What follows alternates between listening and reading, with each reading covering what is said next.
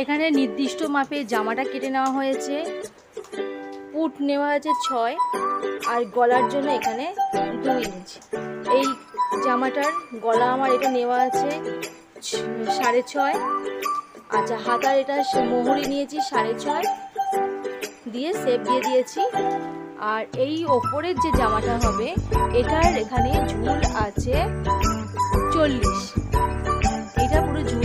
আর এর থেকে 4 inch extra নিয়েছি, এটা ভিতরে একটা জ্যাকেট হবে, ওটা হচ্ছে 44।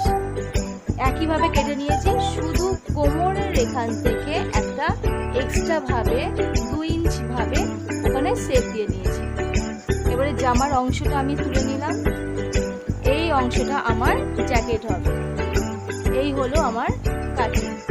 এবার আমি এর মাঝ বরাবর করে পুরো কেটে নেব।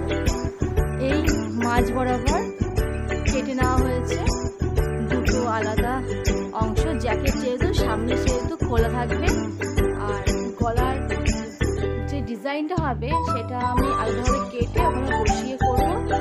আর এখানে দুটো ফিতে হবে। এই আমার কাটিং কমপ্লিট হয়ে গেছে।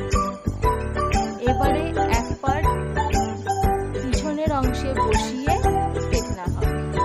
সামনের যে কোনো একটা, এটা বা এটা যে কোনো একটা অংশ পিছনের পার্টে বসিয়ে কেটে নেওয়া হবে।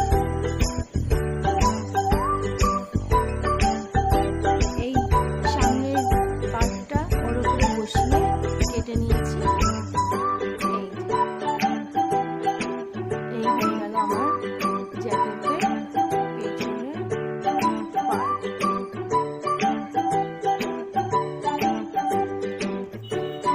এই হাতা কাটা হয়ে গেছে।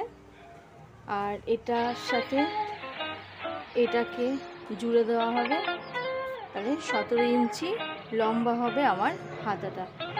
এটার সাথে